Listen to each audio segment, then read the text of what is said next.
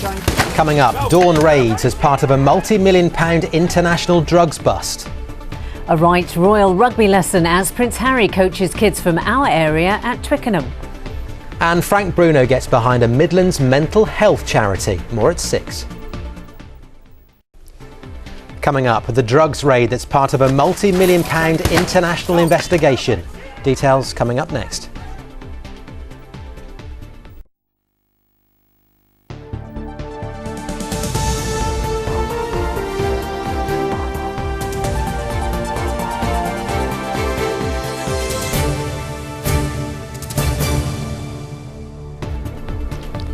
Hello, you're watching ITV News Central. The international drug trafficking dawn raid in Birmingham. We will look to close down your business, send you to prison and ultimately strip all the assets that you have achieved through criminal business. The Superbug breakthrough that could lead to a bacteria-busting pill. Here, ladder, the former bricklayer turned star student. And the rugby session with a royal coach.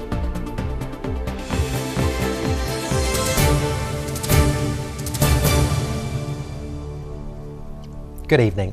Police say they've arrested key members of an international drug trafficking ring based here in the Midlands. 6 people are being questioned after raids across the region early this morning.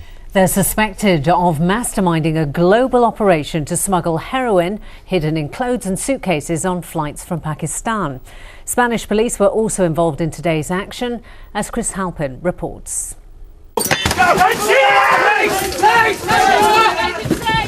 In this quiet neighbourhood in Stourbridge, police believe they've uncovered an international drug trafficking ring. A 52-year-old man and a 37-year-old woman arrested in this early morning raid, suspected of being key players in a global heroin smuggling operation. The street value for the drugs that we've intercepted in the United Kingdom is in the region of £5 million.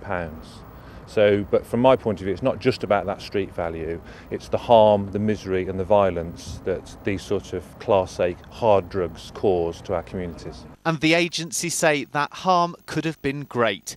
In total, 95 kilograms of heroin was found hidden in suitcases and worn underneath clothes on flights from Pakistan. It was even found stashed in book covers, headed for the streets here and mainland Europe. So this raid was one of a series across the West Midlands and also in West Yorkshire this morning, but it's also part of an international operation involving officers from Holland, Germany and Spain, and members of the Guardia Civil were here to observe this morning. Accompanied by an interpreter, the officers from Spain could see for themselves what happened during the raid. It's been very interesting because we've been able to observe how the exchange of information that has taken place between us and the UK has materialised in the arrest of the people here today.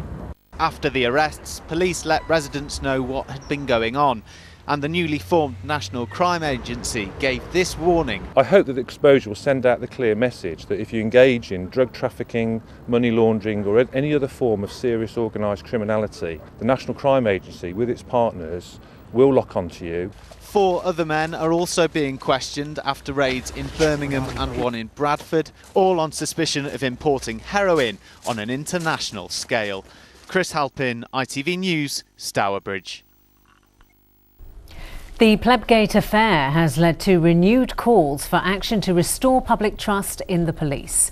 Today in Parliament, a local MP called on the Chief Constable of West Mercia to intervene and discipline his officer, one of the 3 whose honesty has been questioned by the police watchdog, the IPCC. Well, it's claimed the 3 men gave a false account of their meeting with the Sutton Coldfield MP Andrew Mitchell, who was always denied calling officers at the gates of 10 Downing Street plebs. For the latest, here's our political correspondent, Alison Mackenzie. What did happen at the gates of number 10 Downing Street in September last year? The Sutton Coldfield MP Andrew Mitchell denies he used the pleb word. To give his own account of the truth of what happened that night, he met with 3 Police Federation representatives in his constituency. This is what the West Mercia police rep told ITV News immediately after the meeting. The clear implication is that police officers have been dishonest but he will not tell us what he did say. Oh yes I did, says Andrew Mitchell, who produced a tape of the meeting he had recorded.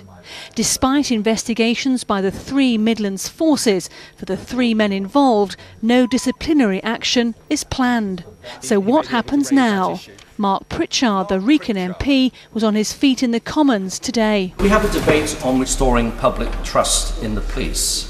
Is it not the case that David Shaw, the Chief Constable of West Mercia Police, should take immediate and appropriate action against the officer implicated in lying against my right honourable friend, the member for Sutton Coldfield? And I'm sure that he will have heard both the Home Secretary and indeed the Prime Minister state their position on this. I think the behaviour was unacceptable, and I think it would be appropriate for action to take place, but clearly that is something for the CPS and others to consider rather than government ministers. The Chief Constable of West Mercia Police has defended his decision not to take disciplinary action.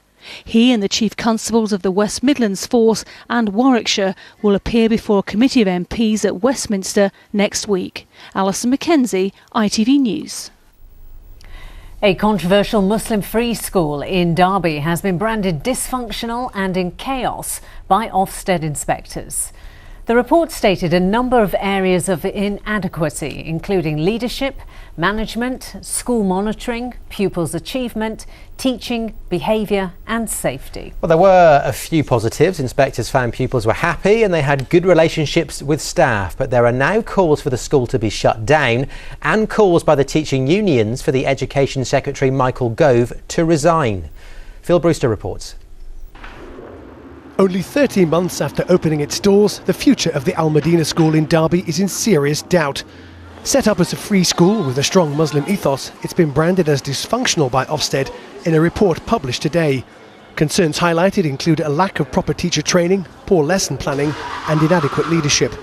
This morning, the school's acting principal accepted drastic changes are needed. We have a lot of children that we're responsible for. They only have one go through school. We do need to make massive strides in terms of improving the quality of education we offer those, and that's where we are. But just minutes later, one of the school's governors emerged from the building to attack the release of Ofsted's findings to the media. We believe this was intentional, and we believe that a full, immediate, independent investigation takes place. We believe that the right to journalism should be fair and impartial. Sadly, we see again how media and journalism have played into malicious and detrimental rumours. As a free school, Al Medina is funded by taxpayers to the tune of £1.4 million, but is free from local authority control. Today in the House of Commons, the opposition attacked the government for not acting sooner and described the Education Secretary Michael Gove's policy of free schools as a dangerous free-for-all. In a city where every child needs to be supported and educated to the highest possible level, the Education Secretary has sacrificed learning for ideology. The Ofsted report confirms we are taking the right actions. We are not prepared to allow a school to fail its parents, its children and its community. We said we will take swift action in these cases, and that is exactly what we are doing. But one teaching union believes that following the Ofsted report into Al Medina, Mr Gove should now consider his own position. He's failed to listen to anybody, he's failed to listen to teachers, he's failed to listen to anybody in education, and I think his experiment is proven to be a failure, so I think he should resign. As well as educational failings, Al Medina School has also been criticised for segregating boys and girls in the classroom. There were also allegations that female staff were obliged to wear headscarves or hijabs. Former head teacher Richard Gerver says this episode shows the principle of free schools is fundamentally flawed. It's all right having a philosophy and people that subscribe to the philosophy, but if they don't have the skill to carry out the educational priority, then it's a school doomed to fail. Meanwhile, the school's Board of Governors say they're determined to do all they can to keep the school open. The Trust and the governing body and the school continuously work to ensure that we provide the support to our children, staff and communities in their education, development and pastoral needs. The Department for Education says the school has already been put on notice that its funding will be cancelled unless there are major improvements. The question now is, does the school have the capacity to turn things round in time?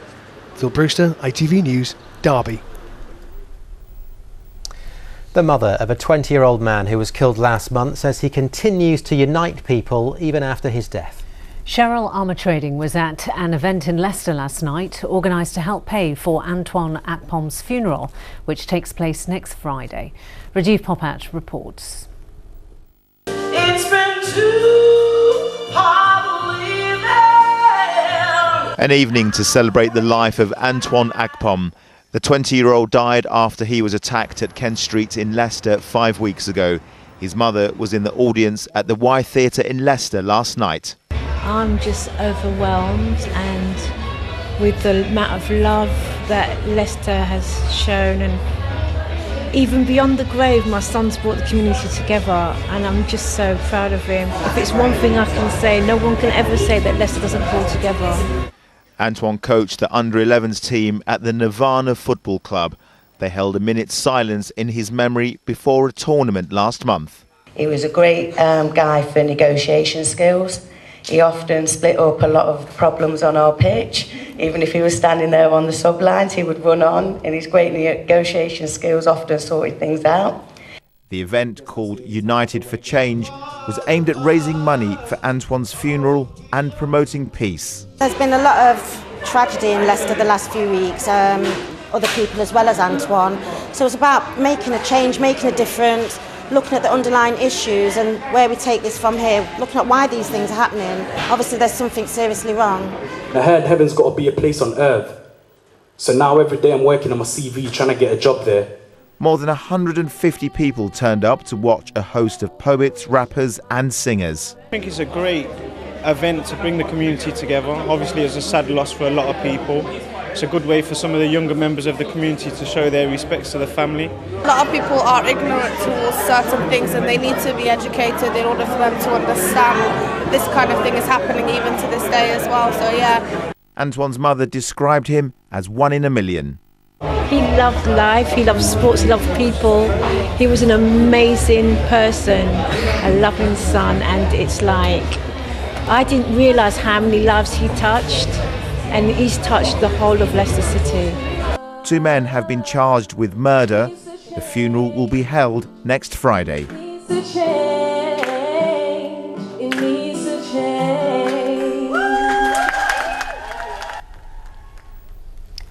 Scientists from the Midlands have made a major breakthrough in the treatment of a hospital superbug, which has claimed thousands of lives. Clostridium difficile is associated with poor hygiene on hospital wards, which led to a number of outbreaks 7 years ago.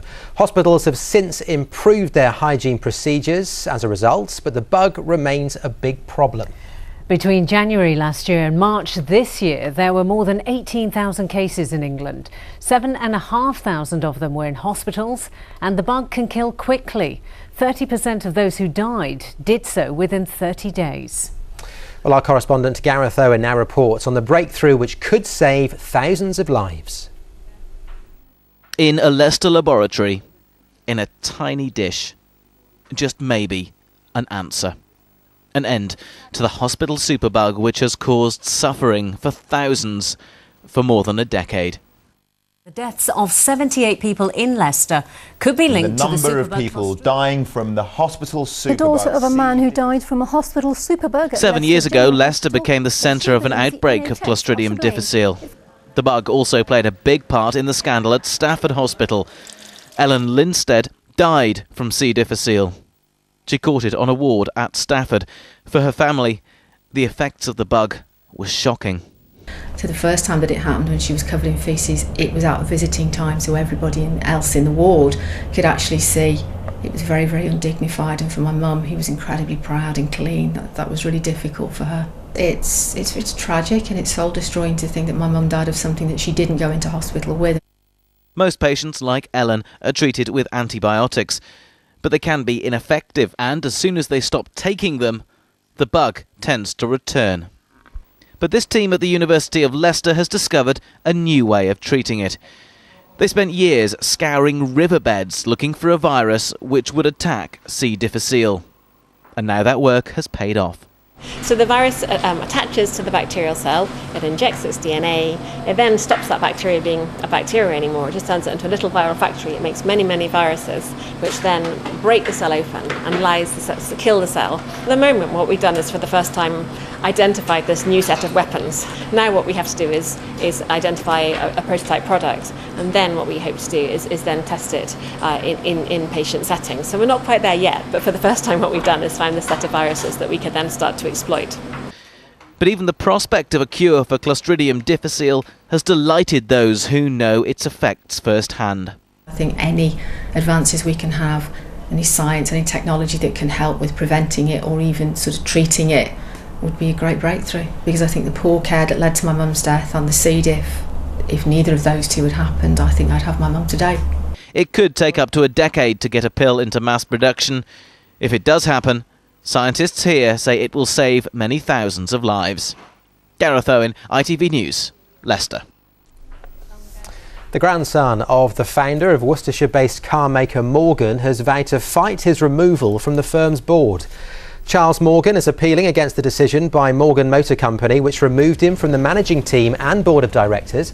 The company says the decision is based on the complexity of an increasingly global business. The firm, based in Malvern, is on course to sell a record-breaking 1,200 cars this year. Badger culling in Gloucestershire is likely to continue for longer than planned after a pilot project killed half the number expected.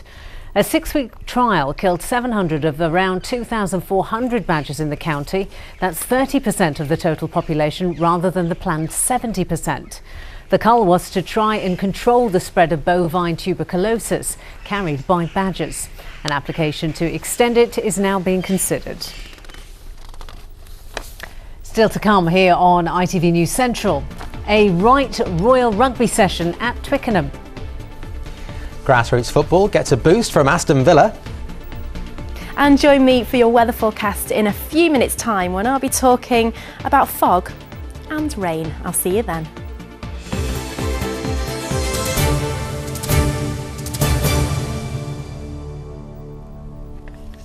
Now, 8 years ago, Kevin Robbins was struggling to come to terms with bipolar disorder. Since then, he's turned his life around after setting up a charity selling second-hand clothes and furniture in West Bromwich. Well, the business snowballed and Kevin had so many items to sell, he needed a large warehouse. And today, there was a very special guest to officially open the site. Charlotte Grant explains. When the mental health charity Marbles wanted to open their new warehouse, there was only one person they had in mind. Thanks to hear everybody. Yeah. Oh, really? That's good. Heavyweight boxer Frank Bruno was diagnosed with bipolar disorder 10 years ago. And on stage with him, the man who founded the charity, and the two made quite a double act.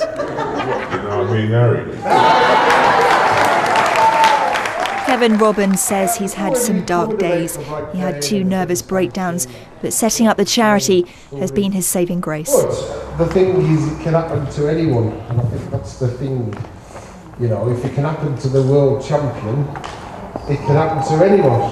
You know, and that's really what we're trying to say at Marbles. The charity collects donated second-hand clothes and furniture, which are then sold on at reduced rates to families in need. It helps those who are vulnerable, but also helps the volunteers themselves.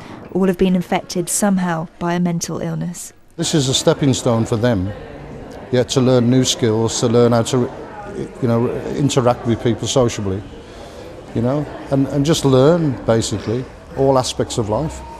Well, when I first come, I was just shy as anything, and now I've built my confidence back. Yeah, she's really bossy. And the positivity of Kevin and the charity has impressed Frank Bruno. I'm right, Kevin. I do know what he's been through, I've been sexed 3 times and been come out 3 times, and he's lucky. He's got a lot of a good team around him and whatever. I've got a good team around me as well, and good luck to him. It is a proud time for the charity, and they're making the most of all they've achieved so far. Charlotte Grant, ITV News. Doesn't he look great? He does look great. Bruno. That voice as well, still booming, isn't it? Magic. Fantastic. Now, the national and international news is a few moments away. Mary Nightingale has the headlines for us. anger as millions face having to pay more to keep warm this winter. British Gas is putting up gas and electricity prices by a combined 9.2%. The government says unhappy customers should switch. The chilling CCTV footage of the terrorists inside the Westgate Mall in Kenya. Sir Andrew Murray for services to tennis. And Prince William does the honours for the first time, giving a gong to the Wimbledon champion. John Alistair Stewart and me for that and more at 6:30. Now, a perfect attendance record, 100% score in all college assessments. You can see why Dave Smith is certainly pleased with his educational achievements so far. Yes, but Dave's not your regular pupil. He spent 13 years as a bricklayer. He's since been named Student of the Year by the National Federation of Builders and has now become one of the oldest apprentices ever taken on. Jane Hesketh reports. Let's have a look at these bricks up here, lay on the gable. Look about rotten. Dave may be the oldest apprentice in town at the grand old age of 32, but he's been named Student of the Year by the National Federation of Builders. The bricks all perish, Lee. Need it replacing. He spent 13 years as a brickie before deciding he'd rather inspect properties than build them. I felt like I've seen all the builders under the sun with bad backs, bad knees, bad shoulders, and thought, get out of it while I've got all my motor skills. So gone back to school and retrained as a building surveyor now. To achieve his dream, he's still got to put in the hard labour. So Dave contacted Hinckley and Bosworth Borough Council, who took him onto their housing repairs team and funded his apprenticeship. I think since he come to us initially as a bricklayer, he's come on his initiative going forward, and what he's asked to do and what he's shown us has been really, really good. I think there's a message there for everybody that you're never too old to learn. So other people who need to invest and want to educate themselves further must keep coming forward. There's no doubt his hard work's paid off, and his perfect attendance record and 100% score in college assessments have now earned him that national title.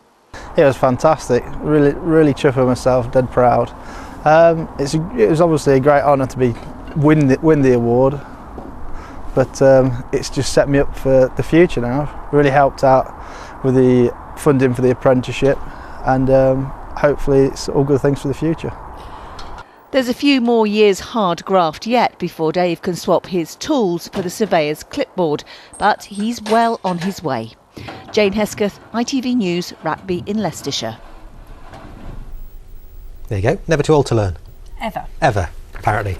Now on to a bit of sport, and I think it's fair to say we're still on a bit of a high after England confirmed their place at the World Cup on Tuesday night. I am, very much so. Pressure's off.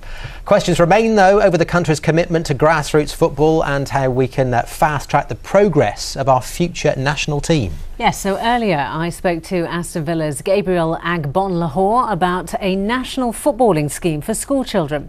I started by asking him why homegrown players aren't coming through for the big tournaments. It's hard to say, I think if you look at Townsend, for instance, we've got a lot of players in the under-21s that are pushing on, to the full squad. So I think we have got the players there, and I think it's giving them the chance, and it's things like today as well. If we can start, giving the opportunities, better opportunities and facilities for the footballers at a young age, that's a big thing as well. Well, talking about young footballers, if we look at people like Andros Townsend, who helped us get through when we played Montenegro and when we played Poland, do we need more young people in the team? Yeah, I think it's gonna be like that. You want young, exciting players, and I think it's that balance of experience and youth, and I think Roy Hodgson's got that balance right, and there's plenty of young lads that are pushing to get into the side as well. There was a lot on the bench the other night, and that's a good thing for England. Now, you're training with Year 7 this afternoon. What sort of tips are you going to give them?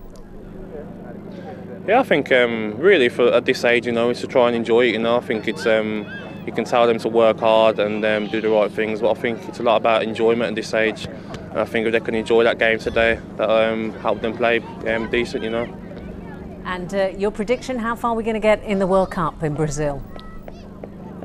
It's hard to predict, it's going to be tough, but I think we've got every chance of doing well, there's no reason why we can't go there and try and win the World Cup. I think we've got the team, and we've got the youth and experience, so there's no reason why not. Certainly got optimism. Yes, we need it as well. And hope. Bucket loads of it. Yes. Be fine, don't worry. Anyway, he may be fourth in line to the throne, but Prince Harry today proved he's not afraid of getting his hands dirty. He hosted a special rugby training session at Twickenham for school children. Well, a keen fan of the sport and a fully qualified coach, he teamed up with England World Cup winner Jason Robinson to put the pupils, including some from Leicester, through their paces. David Wood watched from the sidelines. The Prince took to the pitch to teach the sport he loves and show off his fancy footwork. Around 100 students from 5 secondary schools were invited to Twickenham for the unique coaching session. Among them were pupils from Stonehill School in Leicester. It's amazing. I'm blown away by it all, to be honest, because I've played rugby for over a year now, and I've only used to do like festivals with my team and my school, and I love that, but this is brilliant. And what is it like learning from a Prince? It's mental. He's got really good advice of him. Like, he's not just here to be a Prince, it's really useful. And despite today's training session being held here at the home of English rugby, it's not just about spotting the stars of the future. Prince Harry is here to lend his support to a new scheme to get as many youngsters from right across England involved in rugby as possible. Prince Harry is patron of the RFU's All Schools programme, where the union is spending £10 million on introducing the game to 750 state schools that aren't already playing it. It's trying to bring the game to people who want to have a go at it, and of course rugby is different. It's potentially a game for all shapes and sizes. You look at rugby teams and there are different people. That we're trying to make sure the game's much more inclusive. Harry joked before the session that he's a bit past it, but after a little trip, he soon found his form, impressing those with a little more experience than him playing at Twickenham. Prince Harry is a patron of the All Schools programme. What's great about that is he's passionate about rugby. He loves, he's a great supporter, but also he likes playing. I think he wishes he could play a little bit more. So to have him down here today has just been so inspirational for the children. I mean, I was excited coming here today just to be able to do some stuff with him. Harry's England chances may now be behind him, but if these players get their way, they'll be no stranger to the Twickenham turf in the future. David Wood, ITV News. So you've got the fourth in line to the throne running at you with a rugby ball. Do you tackle him or do you not tackle him? Well, you tackle him because he's not the first in line, okay, is he? You tackle him and say sorry. You have a go. Yes, you get absolutely. away with it. Let's get the weather forecast, shall we? Here's Lucy. Hello, well, I love a good dog picture. Here's Maisie at Bosworth Park. Thank you to her owner, Helen Cooks, for sending that in. Maisie is a guide dog. Lovely to see her on the weather forecast. And keep your pictures coming. The email address is on screen now. So then, what's happening with the weather as we head through the next 24 hours? Well, some dense fog patches likely to form overnight tonight with the light winds. Temperatures dipping to 8 or 9 degrees Celsius and the cloud building all the time from the southwest. So through tomorrow, poor visibility on the roads first thing, and through today we've seen the rain approaching from the southwest. It's moving ever closer in our direction. It's going to be moving north and eastwards through the day tomorrow, so some quite heavy bursts of rain at times, especially across parts of Shropshire and Herefordshire, and a bit of a grey, misty, murky, wet day for all of us. Temperatures reaching around 15 degrees Celsius tomorrow, so that's average or just above. And here's how it's looking as we move into the all-important weekend. I'm afraid it's going to be quite unsettled with a bit of sunshine here and there, but lots of showers as well. Now you'll notice the wind is swinging round to a southerly direction, so at least this is dragging in slightly milder air. So temperatures over the weekend, well, in many locations reaching around 18 degrees Celsius above the seasonal average. Have a nice evening. I'll see you later.